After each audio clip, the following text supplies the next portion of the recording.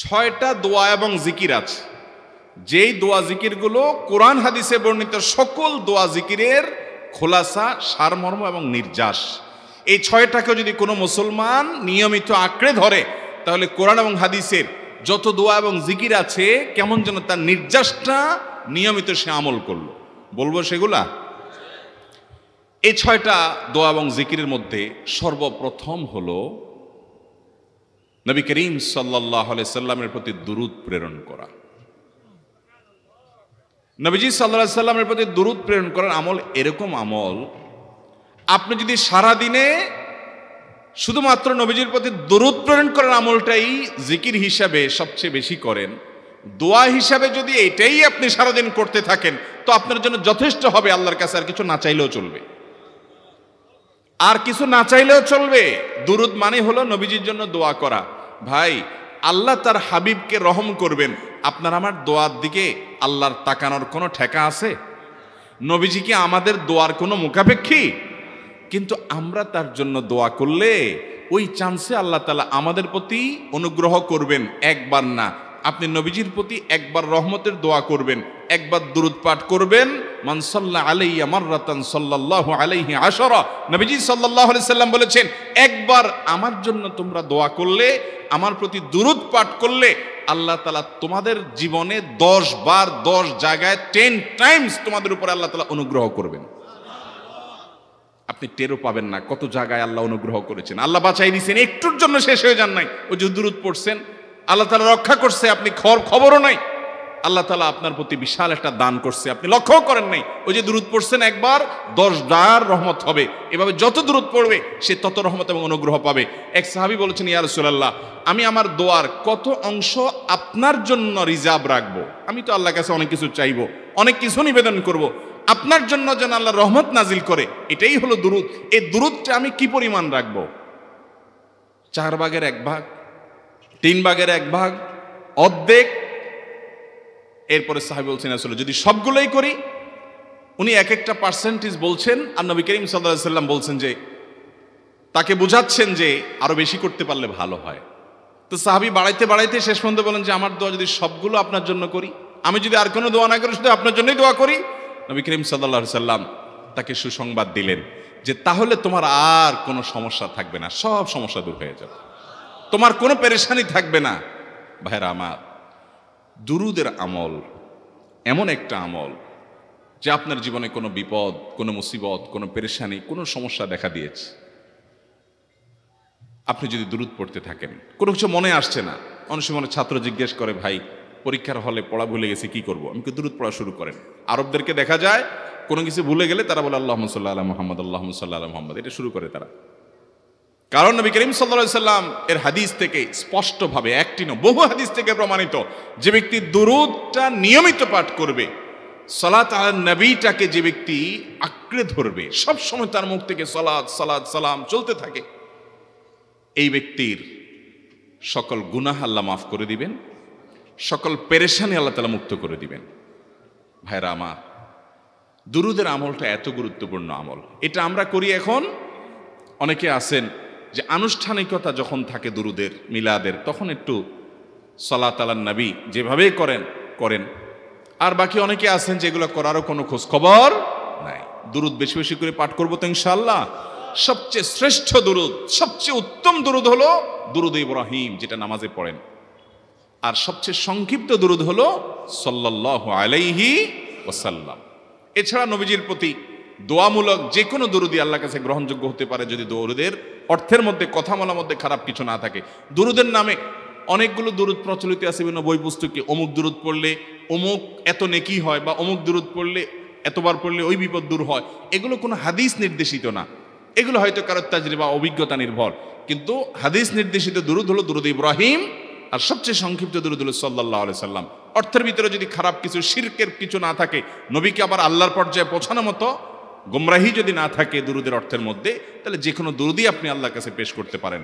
তাহলে 6টা দোয়া হলো কোরআন হাদিসের শত শত সহস্র দোয়ার নির্যাস এবং খোলাসা। তার 1 নম্বর হলো দুরূদের আমল। করবো না বেশি বেশি ইনশাআল্লাহ? আমার জীবনে বহুবার এমন হয়েছে, বহুবার এমন এমন বিপদ যে দেয়ালে পিঠ ঠেকে গেছে, এখান থেকে উদ্ধারের কোনো পথ আর চোখের সামনে দেখা যাচ্ছে না। আমি এই আমলটি, এর পাশাপাশি ইস্তেগফারের আমল যেটা দ্বিতীয় নম্বরে বলবো আমি, এই দুটি আমল কন্টিনিউয়াসলি করে গেছে, হরদম প্রতি নিঃশ্বাসে নিঃশ্বাসে, বাস টয়লেটের টাইম বাদে বাকি ফুল টাইম এটা দুরুদ এবং ইস্তেগফার অব্যাহত রাখছি। আল্লাহ তাআলা এমন ভাবে অলৌকিকভাবে উদ্ধার করেছেন যে আমার কল্পনায়ও আসে না যে এখান থেকে এভাবে হেল্প হতে পারে। ভাইরা আমার অভিজ্ঞতার 2 পয়সার কোনো মূল্য নাই। আমার অভিজ্ঞতা কি আসলো না আসলো এটাতে কিছু আসা যায় নাই। রহমতুল লিল আলামিন আল্লাহর রাসূল আল্লাহর নবী ওয়াদা করেছেন যে আপনার পেরেশানি দূর হবেই হবে ইনশাআল্লাহ। অতএব দুরুদের আমল বেশি বেশি করবো না ইনশাআল্লাহ। নাম্বার 2, ইস্তেগফার। ইস্তেগফার ইস্তেগফার এটাও বেশি বেশি করতে হবে, দুরুদও বেশি বেশি করতে হবে। দুরুদের ব্যাপারে নবী করিম সাল্লাল্লাহু আলাইহি সাল্লাম এক হাদিসে বলেছেন, আকসিরু আলাইয়া মিনাস সালাতি মিন ইয়াউমিল জুমআতি ওয়া লাইলাতিল জুমআহ।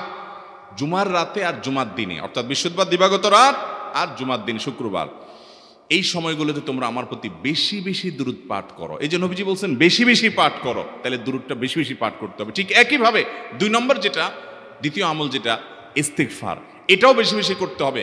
কারণ ইস্তেগফার সম্পর্কে কোন হাদিসের ভাষ্যের মধ্যে মান লাজিমাল ইস্তেগফার ভাষ্য এসেছে, অর্থাৎ যে ব্যক্তি ইস্তেগফারকে আঁকড়ে ধরবে, এটাকে কন্টিনিউয়াসলি করবে, ইস্তেগফার কখনো ছাড়বে না, সবসময় তার মধ্যে ইস্তেগফার অব্যাহত থাকবে, ওই ব্যক্তিকে আল্লাহ রাব্বুল আলামিন বিভিন্ন পেরেশানি থেকে সারপ্রাইজড হওয়ার মতো এমন এমন পথ বের করে দিবে যে সে চিন্তাও করে নাই।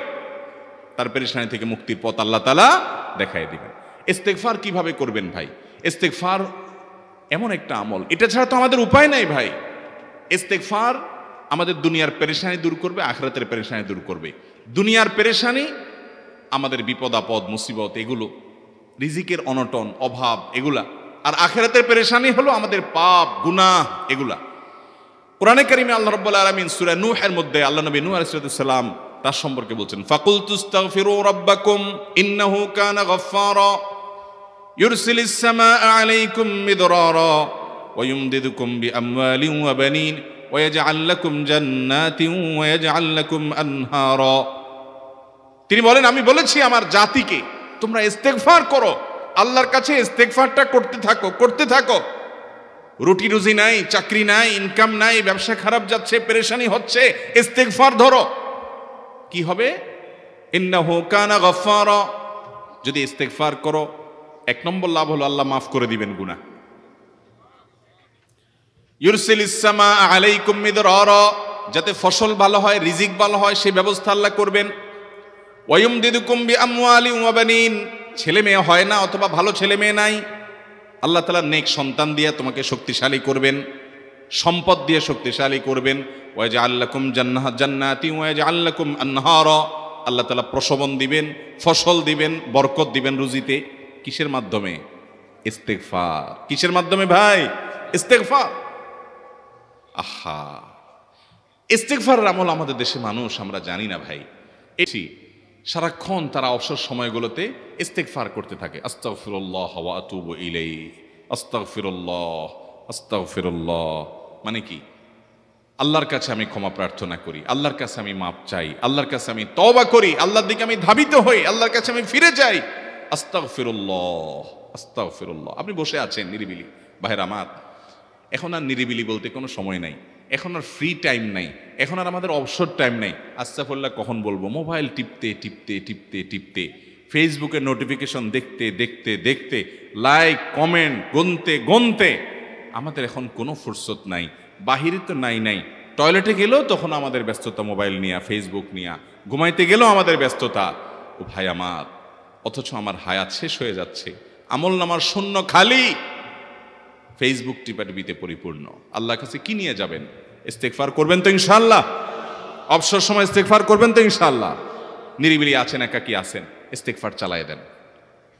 10 সেকেন্ড টাইম পাইছেন, ইস্তেগফার শুরু করে দেন। ডাক্তারের কাছে গেছেন, ওয়েটিংয়ে আছেন, বসে আছেন, ইস্তেগফার করতে থাকেন। সিরিয়াল আছেন কোনো কাজের, ইস্তেগফার করতে থাকেন। ডিউটিতে যাচ্ছেন, গাড়িতে, বাইসাইকেলে, বাইকে, যে কোনোভাবে পায়ে হেঁটে ইস্তেগফার করতে থাকেন। যে কোনো অবসরের সময়গুলোকে ইস্তিগফার দিয়ে পরিপূর্ণ করে দেন। ভাইরা আমার, ইস্তিগফার সকল সমস্যার সমাধান। ইস্তিগফারের ভিতরে সবচেয়ে শ্রেষ্ঠ ইস্তিগফার হলো সাইয়্যিদুল ইস্তিগফার। সাইয়্যিদুল ইস্তিগফারটা যদি মুখস্থ না পারেন, অন্তত লিখিত ভার্সনটা পড়েন। সাইয়্যিদুল ইস্তিগফারের যে অর্থ, এটার যে মর্ম, বড় হৃদয়গ্রাহী ভাই, বড় মর্মস্পর্শী। ইমানদার এটার অর্থের দিকে তাকায় যদি পড়ে, তো তার অন্তর না গলে পারে না। আল্লাহুম্মা আনতা রব্বি, হে আল্লাহ আপনি আমার রব, আপনি আমার পালনকর্তা লাগেন। আপনার সাথে আমার এই সম্পর্ক, আমি আপনার গোলাম, আপনি আমার রব, এই সম্পর্কটা আপনার সাথে আছে। আল্লাহুম্মা আনতা রব্বি লা ইলাহা ইল্লা আন্ত, ও আল্লাহ আপনি ছাড়া আমার ইবাদত, আমার গোলামি, আমার দাসত্ব, উপাসনার উপযুক্ত আর কেউ নাই। আল্লাহুম্মা আনতা রব্বি লা ইলাহা ইল্লা আন্ত খালাকতানি, আপনি আমাকে সৃষ্টি করেছেন। ওয়া আনা আবদুক, আল্লাহ আমি আপনার গোলাম। দেখেন কিভাবে আল্লাহর সাথে সম্পর্কটার কথা বলা হচ্ছে মুহাব্বতের সাথে। খালাকতানি ওয়া আনা আবদুক, আল্লাহ আপনি আমাকে সৃষ্টি করেছেন আর আমি আপনার গোলাম। ওয়া আনা আলা আহদিকা ওয়া ওয়া'দিকা মাস্তাতা'তু, আল্লাহ আপনার সাথে যে অঙ্গীকার করেছিলাম, আলাস্তু বিরব্বিকুম, আপনি জিজ্ঞেস করেছেন। আলমে আরওয়াহাতে আমরা বলেছি বালা, হ্যাঁ আপনি আমার রব।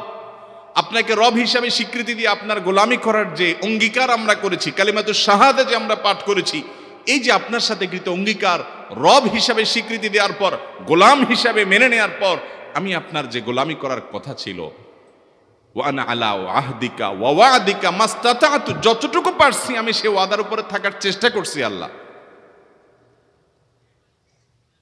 ওয়া আনা আলা আহদিকা ওয়া ওয়া'দিকা মাস্তাতা'ত আবুউ লাকা বিনি'মাতিকা আলাই, আল্লাহ আমি স্বীকার করি আপনি আমার প্রতি অনেক নিয়ামত দিয়েছেন, অনেক নিয়ামত দিয়েছেন, এটা আমি স্বীকার করি।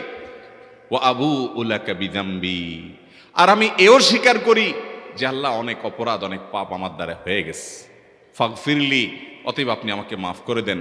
ফাইন্নাহু লা ইয়াগফিরুয যুনুবা ইল্লা আনতা, কারণ আপনি ছাড়া আর কেউ গুনাহ ক্ষমা করতে পারবে। ভাইরা আমার, অর্থের দিকে লক্ষ্য করে করে, মর্মটা বুঝে বুঝে একটু সাইয়্যিদুল ইস্তিগফার পড়েন। লেখা দেখে দেখে পড়েন, ইউটিউব থেকে দেখে দেখে পড়েন, কিন্তু পড়েন। আল্লাহুম্মা আনতা রব্বি লা ইলাহা ইল্লা আন্ত খালাকতানি ওয়া আনা আবদুক ওয়া আনা আলা আহদিকা ওয়া ওয়া'দিকা মাস্তাতা'তু আউযু বিকা মিন শাররি আবুউ লাকা বিনি'মাতিকা আলাইয়া ওয়া আবুউ লাকা বিযামবি ফাগফিরলি ফাইন্নাহু লা ইয়াগফিরুয যুনুবা ইল্লা আনতা। এটা হলো বড় ইস্তিগফার। এত বড় ইস্তিগফার পড়তে পারেন না, কোনো পেরেশানি নাই, কোনো অসুবিধা নাই। সবচেয়ে ছোট ইস্তিগফার হলো আস্তাগফিরুল্লাহ আস্তাগফিরুল্লাহ আস্তাগফিরুল্লাহ। আল্লাহ আপনার কাছে ক্ষমা চাই, কত ভুল হয়ে যায়, কত অন্যায় হয়ে যায়। ভাইরা আমার, এটা হলো রিমুভার। ভুল করে কিছু লিখছেন, রিমুভ করে ফেলছেন, শেষ হয়ে গেছে। আপনি ঘন ঘন ইস্তিগফার পড়তে থাকেন, অগণিত ভুল হয়, অগণিত ত্রুটি হয়, বারবার ইস্তিগফার এগুলোকে সবগুলোকে শেষ করে দেয়। ভাইরা আমার, নিরাপত্তা এনে দেয়। আল্লাহ কোরআনে কারিমে বলেছেন যে আপনার রব আপনার কওমের প্রতি আযাব নাজিল করবেন না যদি আপনি থাকেন। আর যদি তারা ইস্তিগফারে রত রাখে, তাহলে গণ আযাব আল্লাহর পক্ষ থেকে আসবে। অতএব ভাইরা আমার, ইস্তিগফার বেশি বেশি করতে হবে। 6টা আমল, 6টা জিকির, দোয়া হলো শত শত হাজার দোয়া এবং জিকিরের সান্নিধ্যাসের। দ্বিতীয়টা হলো ইস্তিগফার। চেষ্টা করবো না ইনশাআল্লাহ ইস্তিগফার করা, চলতে ফিরতে আস্তাগফিরুল্লাহ ওয়া আতুবু ইলাইহি, অথবা শুধু আস্তাগফিরুল্লাহ। আরেকটা ইস্তিগফার হাদিসে বর্ণিত, আস্তাগফিরুল্লাহাল্লাযী লা ইলাহা ইল্লা হুয়াল হাইয়ুল কাইয়্যুম ওয়া আতুবু ইলাইহি ওয়া লা হাওলা ওয়া লা কুওয়াতা ইল্লা বিল্লাহ। এটাও ইস্তিগফার। তাহলে একটা বড় ইস্তিগফার, একটা মিডিয়াম, একটা ছোট, যার যেটা সুবিধা হয় এটা পড়েন। বড়টা হলো সাইয়্যিদুল ইস্তিগফার, সবচেয়ে শ্রেষ্ঠ ইস্তিগফার যেটা হাদিসে বর্ণিত হয়েছে। সাইয়্যিদুল ইস্তিগফার নবীজি সকাল সন্ধ্যা পাঠ করতেন, বিভিন্ন সময় পাঠ করতেন, রাতে পাঠ করার কথা বলতেন। সাইয়্যিদুল ইস্তিগফার পাঠ করলে আল্লাহ রাব্বুল আলামিন ওই দিনে, ওই রাতে, ওই ব্যক্তি মারা গেলে তার সব গুনাহ খাতা মাফ করে তাকে জান্নাত দিবেন ইনশাআল্লাহ। অতএব ভাইরা আমার, সাইয়্যিদুল ইস্তিগফার সবচেয়ে বড়, আস্তাগফিরুল্লাহাল্লাযী লা ইলাহা ইল্লা হুয়াল হাইয়ুল কাইয়্যুম ওয়া আতুবু ইলাইহি ওয়া লা হাওলা ওয়া লা কুওয়াতা ইল্লা বিল্লাহ। এটা হলো মাঝারি ধরনের। আর সবচেয়ে ছোট ইস্তিগফার হলো আস্তাগফিরুল্লাহ ওয়া আতুবু ইলাইহি। তাহলে 6 আমলের কয়টা গেল? 2টা। প্রথমটা হলো দুরূদ আর দ্বিতীয়টা হলো ইস্তিগফার। নাম্বার 3, এটা আমাদের বেশিরভাগ মানুষ জীবনে হয়তো শুনেনও নাই, অনেকে হয়তো শুনছেন, আমল করা হয় না। খুব সীমিত সংখ্যক আল্লাহর বান্দার আমলের তৌফিক হয়। সেটা হলো ইয়া যাল জালালি ওয়াল ইকরাম। এটা একটা জিকির, আল্লাহ তাআলাকে ডাকা, আহ্বান করা, এটাই জিকির। ইয়া যাল জালালি ওয়াল ইকরাম। নবী করিম সাল্লাল্লাহু আলাইহি সাল্লাম বলেছেন, আলিজু বিয়া যাল জালালি ওয়াল ইকরাম। তোমরা ইয়া যাল জালালি ওয়াল ইকরাম এটাকে আঁকড়ে ধরো, এটাকে নিয়মিত করো, বেশি বেশি করে বলতে থাকো এটাকে সব সময় এটাকে মুদাওয়ামাতের সাথে কন্টিনিউয়াসলি এটা বলতে থাকো, ইয়া যাল জালালি ওয়াল ইকরাম।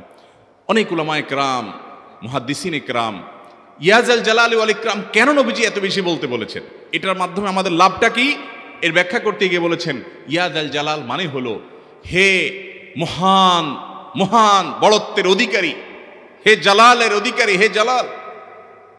ওয়াল ইকরাম হে দানশীল। তাহলে প্রথম বাক্যে আল্লাহর বড়ত্বের কথা স্বীকৃতি দিয়ে প্রশংসা করা হয়, আর দ্বিতীয় বাক্যে হে দানশীল বলে আল্লাহ তাআলার কাছ থেকে চাওয়া হয় যে আপনি যেহেতু দানশীল এবং আপনি যদি মহান, অতএব আপনি আমাকে দান করেন। এটা ডাকলেই, আল্লাহকে এই বলে ডাকলেই চাওয়া হয়ে যায়। এই জন্য বেশি বেশি করে ইয়া যাল জালালি ওয়াল ইকরাম পড়তে হবে। অনেকে হয়তো নতুন শুনেছেন, আজকে থেকে শুরু করে দিবেন ইয়া যাল জালালি, সকাল বিকাল মনে থাকে না তো লিখে লিখে ওয়ালে টাঙ্গায় দেন। বাসা বাড়িতে এমন জায়গায় লিখে রাখেন তাকাইলে নজরে পড়ে, কারণ মোবাইলে আমাদেরকে সবকিছু ভুলায় দেয়, দুনিয়ার ব্যস্ততা সব ভুলায় দেয়। এই জন্য বেশি বেশি ইয়া যাল জালালি ওয়াল ইকরাম পড়বো। 3টা হয়ে গেল। নাম্বার 4 নম্বর যে দোয়া এবং জিকির করতে নবী করিম সাল্লাল্লাহু আলাইহি সাল্লাম সব সময় আমাদেরকে উৎসাহ দিয়েছেন, অনুপ্রেরণা দিয়েছেন। এবং ইবনে সাদি রাহিমাহুল্লাহ তিনি 6টা নির্যাস দোয়া এবং জিকির যে বলেছেন তার 4 নম্বর হলো লা হাওলা ওয়ালা কুওয়াতা ইল্লা বিল্লাহ। লা হাওলা ওয়ালা কুওয়াতা ইল্লা বিল্লাহ। লা হাওলা ওয়ালা কুওয়াতা ইল্লা বিল্লাহ, এটা হলো সারেন্ডার করা, আল্লাহর কাছে সারেন্ডার করা, আত্মসমর্পণ করা। মানে আল্লাহ ছাড়া কোনো ভালো কাজ করার ক্ষমতা কারণ নাই, করার তৌফিক দেওয়ার ক্ষমতা কারণ নাই, আর পাপ থেকে বাঁচানোরও ক্ষমতা কারণ নাই। এই জন্য আমি কেমন যেন আল্লাহর কাছে সারেন্ডার করছেন, লা হাওলা ওয়ালা কুওয়াতা ইল্লা বিল্লাহ। কোনো অবস্থা, কোনো সামর্থ্য এগুলো কারোর কাছে নাই, শুধুমাত্র কার কাছে আছে? আল্লাহর কাছে আছে। এই অর্থ বুঝে আপনি লা হাওলা ওয়ালা কুওয়াতা ইল্লা বিল্লাহ বেশি বেশি পাঠ করবেন। নবী করিম সাল্লাল্লাহু আলাইহি সাল্লাম বলেছেন, তোমাদেরকে কি আমি জান্নাতের একটা ভান্ডারের খবর দিব, যেটা জান্নাতের ভান্ডার, সওয়াব টওয়াব না, সাধারণ অল্প স্বল্প সওয়াব না, পুরো জান্নাতের ভান্ডারের সন্ধান দিয়ে দিব। সাহাবা ইকরাম তো চাইতেনই সেটা। নবীজি সাল্লাল্লাহু আলাইহি সাল্লাম তখন বলেছেন যে লা হাওলা ওয়ালা কুওয়াতা ইল্লা বিল্লাহ, এটা হলো কানজুম মিন কুনুজিল জান্নাহ, জান্নাতের ভান্ডার সমূহের মধ্যে থেকে একটা বড় ভান্ডার হলো লা হাওলা ওয়ালা কুওয়াতা ইল্লা বিল্লাহ। অতএব এই আমলটাও বেশি বেশি করবেন। 4 নম্বর আমল হয়ে গেল। দুরুদের আমল 1, ইস্তিগফার আমল 2, ইয়া যাল জালালি ওয়াল ইকরাম 3, লা হাওলা ওয়ালা কুওয়াতা ইল্লা বিল্লাহ। কয়টা হলো? 4। 5 নম্বর আমল হলো দোয়া ইউনুস। দোয়া ইউনুস জানা আছে তো? লা ইলাহা ইল্লা আনতা সুবহানাকা ইন্নী কুনতু মিনাজ জালিমিন। ভাইরা আমার, অর্থের দিকে তাকায়া মাঝে মধ্যে মোবাইল টোবাইল সব ফালায় রেখে একটু আল্লাহর সাথে কথা বলবেন, আল্লাহর সাথে একটু কানেক্টেড হওয়ার চেষ্টা করবেন, আল্লাহর সাথে একটু সংযুক্ত হওয়ার চেষ্টা করবেন। ডিসকানেক্টেড তো পুরো লাইফটা কাটাই দিলেন, একটু কানেক্টেড হওয়ার চেষ্টা করেন। প্রতিদিন কিছু সময় বসে একটু জিকির করেন, চলতে ফিরতে একটু আল্লাহকে সময় দেন। আপনি উপকৃত হবেন, আপনার কল্ব জিন্দা হবে, আমল নামা সওয়াবে পরিপূর্ণ হবে। লা ইলাহা ইল্লা আনতা সুবহানাক ইন্নী কুনতু মিনাজ জালিমিন। অর্থের দিকে তাকান, কত মর্মস্পর্শী। লা ইলাহা ইল্লা আনতা, আল্লাহ আপনি ছাড়া কোনো সত্যিকারের মাহবুদ নাই, উপাস্য নাই। সুবহানাক, আপনি পবিত্র, আমি আপনার পবিত্রতা জ্ঞাপন করছি। ইন্নী কুনতু মিনাজ জালিমিন, তবে আমি সেসব মানুষদের অন্তর্ভুক্ত যারা নিজের প্রতি নিজে জুলুম করেছে, অবিচার করেছে, অন্যায় করে আমার নিজের পায়ে নিজে কুড়াল মেরেছি বহু। অতএব আপনি আমাদের প্রতি রহম করেন। এই দোয়া পাঠ করে আপনারা সবাই জানেন আল্লাহর একজন নবী, তিনি জীবনের সবচেয়ে কঠিন পরিস্থিতির মুখোমুখি হয়ে এমন বিপদে পড়েছেন যে বিপদ থেকে উদ্ধারের কোনো পথ ছিল না।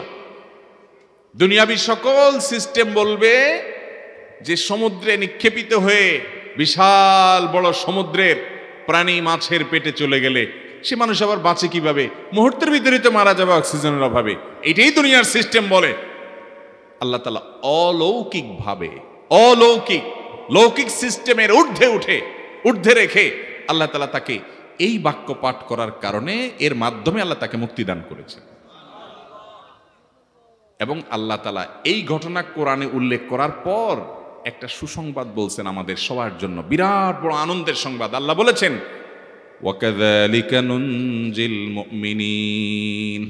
এই বাক্য পাঠ করার পর ইউনুস আলাইহিস সালামকে শুধু রক্ষা করেছেন আল্লাহ তাই নয়, আল্লাহ বলেছেন একইভাবে তাকে যেরকম রক্ষা করেছি, এই বাক্য যদি কেউ পড়ার মতো পড়ে, হক আদায় করে পড়ে, মনের গভীর থেকে পড়ে, মর্ম উপলব্ধি করে পড়ে, নিয়মিত পড়ে, ওয়াকাযালিকা নুনজিল মুমিনিন, ঈমানদারদেরকে আমি রক্ষা করে দেব এভাবে।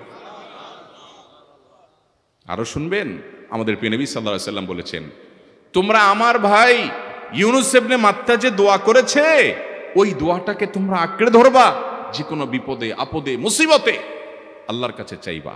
ভাইরা আমার, আমরা বিপদ আপদে পড়লে হুজুরদের কাছে চলে যাই দোয়ার জন্য, অনেকে মাজারে চলে যায়, সেখানে মানত করে, টাকা পয়সা দেয় বিপদ উদ্ধার করার জন্য। কপাল পড়া জানে না ও কার গোলাম, ও আরশে আজিমের মালিকের গোলাম, তার সাথে ডাইরেক্ট কানেক্টেড হওয়ার সুযোগ আছে, শুধু ইউজ করলেই হয়, সুইচ দিলেই হয়। কপাল পড়া জানে না, ডানে বামে গিয়ে নিজের আমল বরবাদ করে, ঈমান বরবাদ করে, তাওহীদ নষ্ট করে। ভাইরা আমার, তাহলে যে কোনো সমস্যা ফিল করি অথবা স্বাভাবিক অবস্থাতে দোয়া ইউনুস পাঠ করব, লা ইলাহা ইল্লা আনতা সুবহানাকা ইন্নী কুনতু মিনাজ জালিমিন। ভাইরা আমার, দুনিয়ার মানুষের কাছে আপনি অপরাধী এটা বললে খারাপ লাগে। আপনি একটা অফিসে চাকরি করেন, দুর্নীতি করে চুরি করে ধরা পড়ছেন, বসের কাছে যে মাপ চাইছেন, স্যার ভুল হয়ে গেছে, আর কখনো করব না, লোভে পড়ে করে ফেলছি, বিপদে পড়ছিলাম, টাকা টানছিল স্যার, আর কোনোদিন করব না, মাফ করে দেন স্যার, চাকরিটা রাখেন স্যার। আপনি মাপ চাইলেন, লজ্জিত হলেন, চোখের পানি ফেললেন, পাও ধরে মাপ চাইলেন, ছোট হলেন। এই ছোট হওয়ার পরে আপনার চাকরি যদি টিকেও যায়, বস যদি আপনাকে মাফ করেও দেন, তারপরেও কি আপনার কাছে ভালো লাগবে? না এত বড় একটা অঘটন ঘটলো, ছোট হলেন, সবার সামনে লজ্জিত হলেন, অনুতপ্ত হলেন, ধরা পড়লেন, মাপ চাইতে হলো, এই জন্য আপনার খারাপ লাগবে না? কিরকম খারাপ লাগবে? এত খারাপ লাগে অনেকে সহ্য করতে পারে না, গুনাহের দিকে চলে যায়, আত্মহত্যা পর্যন্ত করে ফেলে, এই বেইজ্জতি সহ্য করতে পারে না। ঠিক না বে ঠিক? মানুষের কাছে মাপ চাইলে, মানুষের কাছে ছোট হলে মানুষের কষ্ট হয়। অদ্ভুত!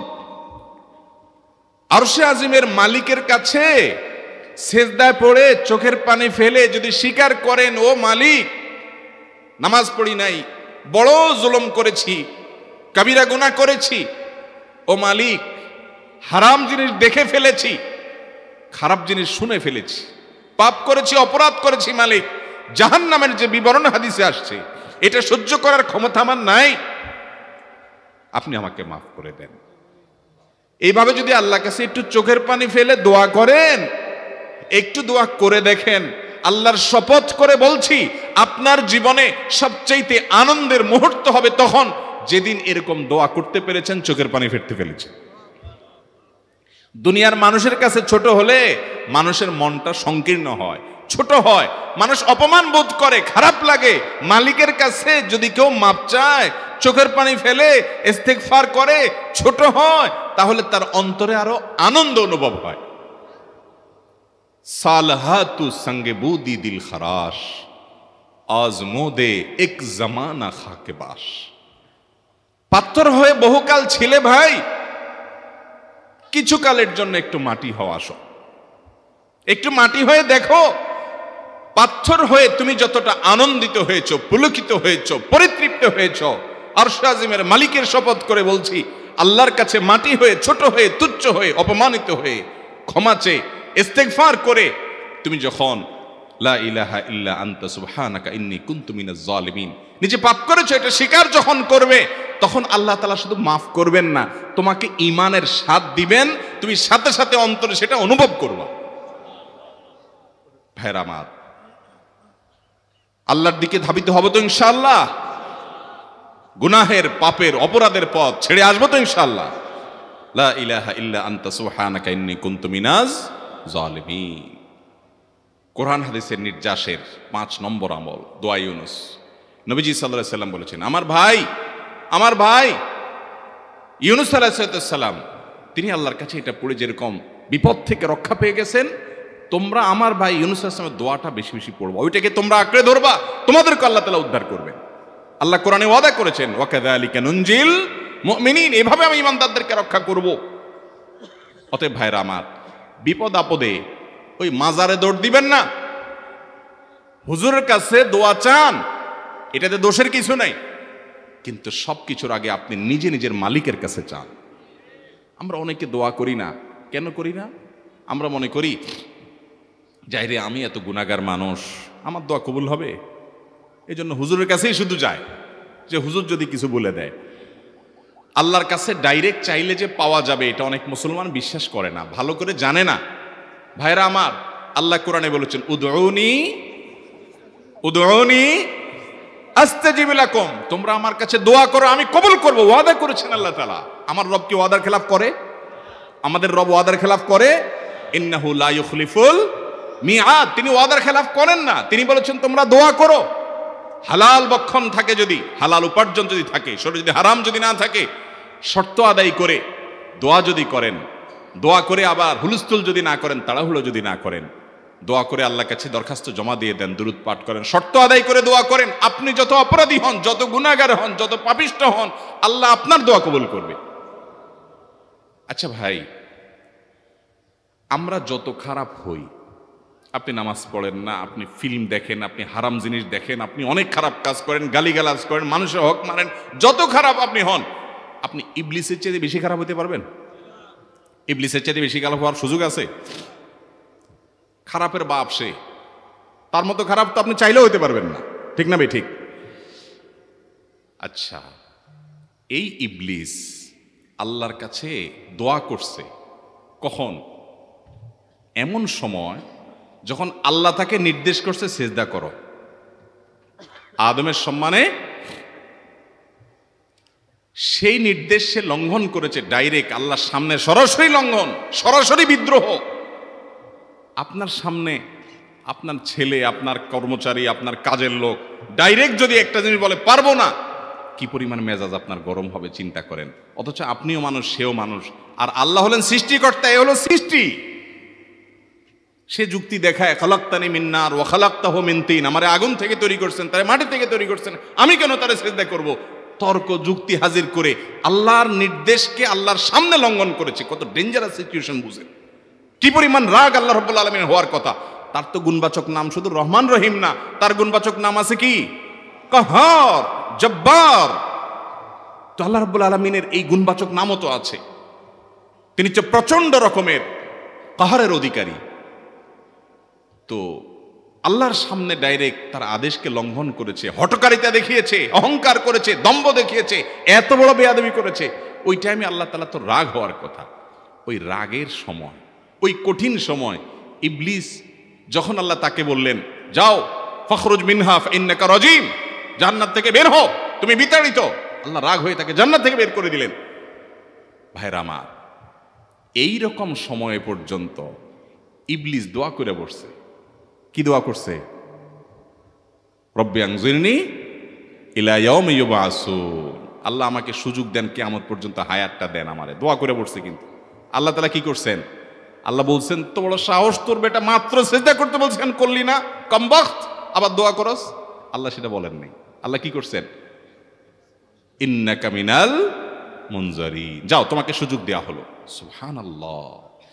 ইবলিস যদি আল্লাহর রাগ হওয়ার মতো সময়ে, ক্রোধ হওয়ার মতো সময়ে আল্লাহর সামনে আল্লাহর সরাসরি অবাধ্য হয়ে আল্লাহ তাকে বের করে দিচ্ছেন বিতাড়িত শয়তানকে, ওই টাইমে যদি দোয়া করার পর ইবলিসের দোয়া কবুল হয়, ও মুসলমান, আপনি আল্লাহর গোলাম হিসাবে নিজেকে স্বীকার করেন, আপনি যত পাপিষ্ঠ হন না কেন, আপনার দোয়া কেন কবুল হবে? আল্লাহর কাছে দোয়া করবো না ইনশাআল্লাহ? ইবলিসই আমাদেরকে বুঝায়, ফুসলায়, তুই কোন মুখে দোয়া করবি আল্লাহর কাছে?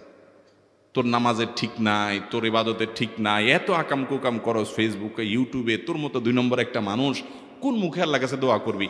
থাক, দোয়া করিস না, আমি কেমনে এই মুখ নিয়ে দোয়া করবি? এটা যখন আপনার মনের ভিতরে আসে, তখন বুঝবেন যে মিস্টার ইবলিস অ্যাক্টিভ হয়ে গেছে আপনার শরীরে। কথা কি বুঝাতে পারছি? আল্লাহর কাছে দোয়া করবেন তো ইনশাআল্লাহ। এই 6টা দোয়া জিকিরের 5